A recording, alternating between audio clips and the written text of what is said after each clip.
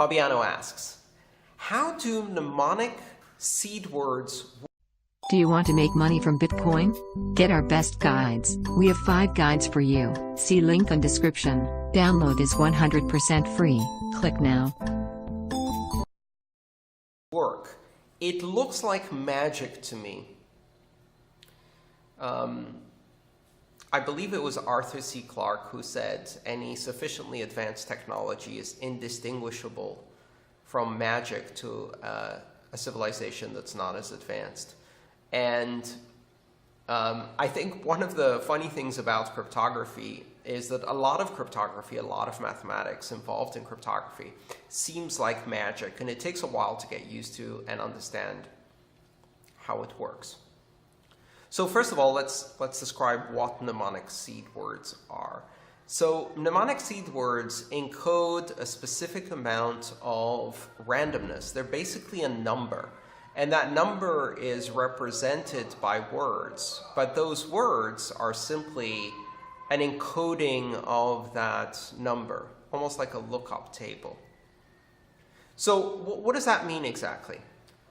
If you use a standard mnemonic, which is a BIP39 mnemonic, then there is a dictionary of 2,048 words. And this dictionary of 2,048 words has been carefully selected so that the words do not appear similar. And you can always figure out which word you're looking at just from the first 4 letters of that word.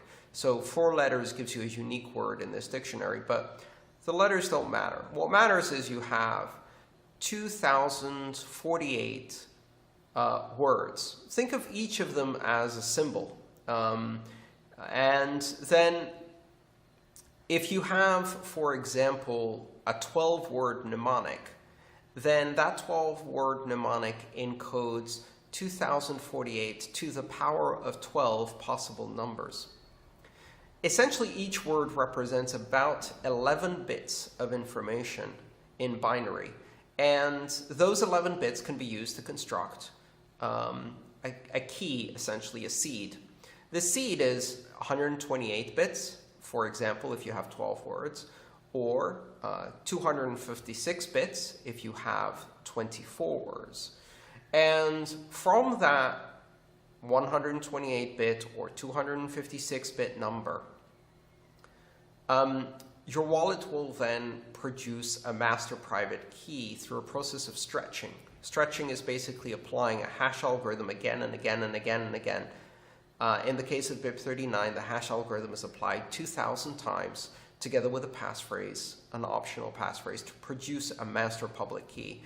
And that master public key is then used with, again, repeated hashing functions to produce a series of private keys. And these private keys can be used to do transactions.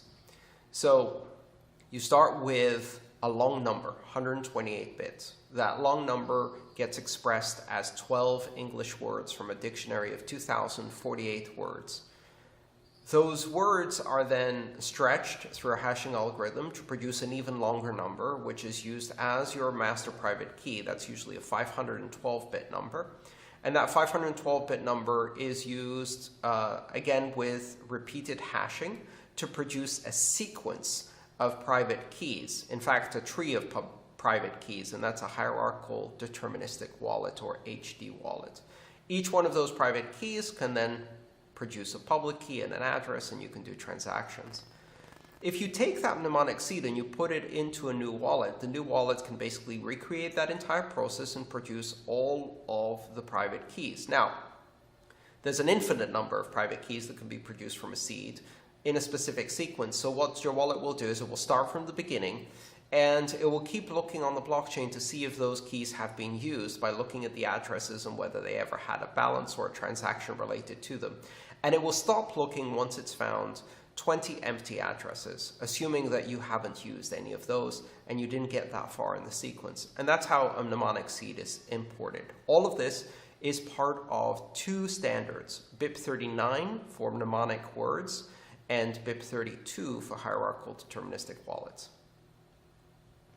All right, quick question from Barnabas that's a follow-up for that. The words themselves are not selected by you.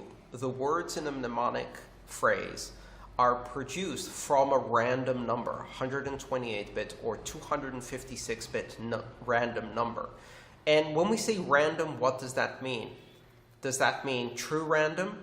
Does that mean cryptographically secure pseudo-random number generator? Does that mean pseudo-random number generator? It really depends. You can generate the seed entropy in any way you like. You could use some kind of process that uses quantum fluctuations in order to produce a true hardware random number. But for most purposes, a cryptographically secure pseudo-random number generator, such as that one provided by your computer hardware, and with sufficient seeding, which means wiggling your mouse around, typing on the keyboard, etc., will produce sufficient entropy, sufficient randomness for the use of seeds.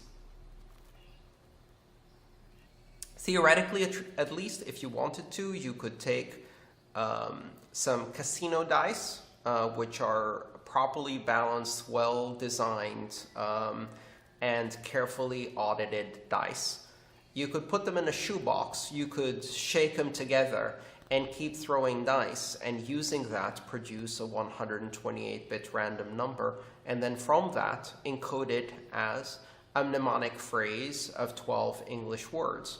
There's no requirement in the specification as to how you produce the randomness.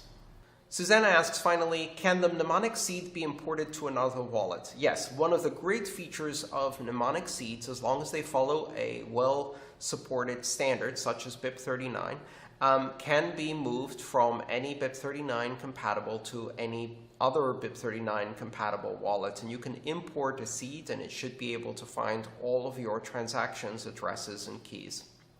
Now, you can also run the same mnemonic seed on multiple wallets simultaneously, and that means you can spend from all of them.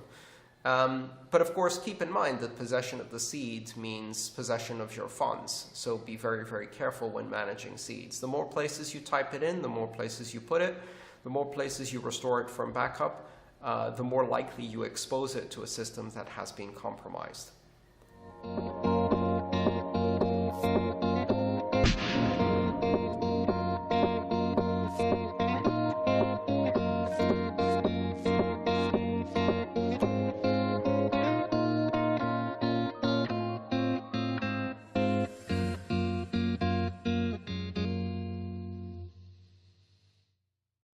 Do you want to know more about Bitcoin marketing? We have 5 Bitcoin guides for you. See link on description. Download is 100% free. Click now.